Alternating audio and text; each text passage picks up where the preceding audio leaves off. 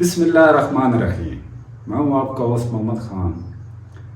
آج ہم جیسا کہ ویڈیو کے ٹائٹل سے پتہ چل رہا ہے کہ ہبہ اور تملیغ کے بارے میں بات کریں گے. تو اس کے بارے میں بڑا اہم سوال پوچھا گیا ہے لاسٹ ایک ویڈیو پہ. میں آپ کے ساتھ وہ سوال شیئر کر دیتا ہوں.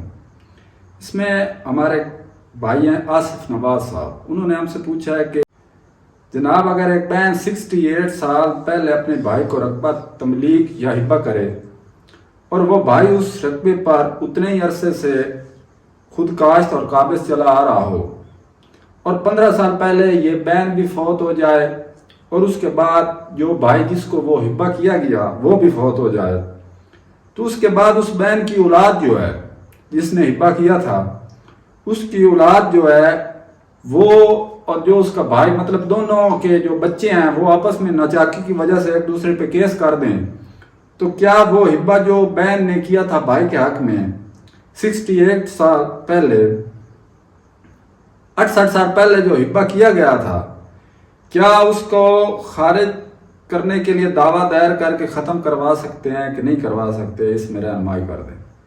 تو بیسیکلی اس میں یہی اہم سوال ہے کہ جو ہبہ ہے وہ کب ختم کروایا جا سکتا ہے، کتنی مدت ہے.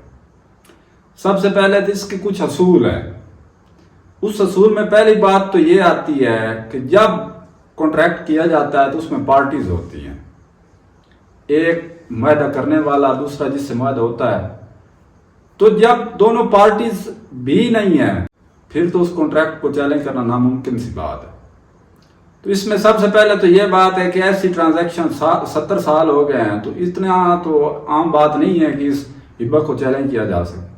دوسری بات یہ ہے کہ جو اولاد ہوتی ہے اس کو یہ رائٹ جو ہے یہ ہر صورت میں ڈکلیئر نہیں، آپ کے پاس یہ چیلنج کا رائٹ ہر صورت میں نہیں ہوتا ہے. بعض صورتوں میں جہاں ان کو محروم کیا جا رہا ہو یا ان کا دادا حیات ہو یا ان کی دادی حیات ہو تو وہ ان سے کلیم کر سکتے ہیں. ایسا نہیں ہوتا کہ ایک بھائی دوسرے کو ہبہ کرے اور اس کی اولاد پھر اس بھائی سے مانگنے لگ جائے. تو اس میں یہ بات نہیں ہوتی ہے. دوسرا اس میں ایک بہت اہم اصول یہ بھی ہے کہ جب بھی کوئی 2-3 بھائی ہوں اور ایک ہی اولاد نہ ہو اور وہ فوت ہو جائے اور اس کے نام کچھ جائیداد بھی ہو تو وہ جائیداد کن کو ٹرانسفر ہوگی؟ تو ایسی جائیداد جو ہوتی ہے جو بھائی اس کے حیات ہوں گے ان کو ٹرانسفر ہوگی. اور اگر اس کا کوئی بھائی اس سے پہلے ڈیتھ اس کی ہو چکی اور اس کے بچے کلیم کریں تو ان کو یہ جائیداد نہیں ملتی.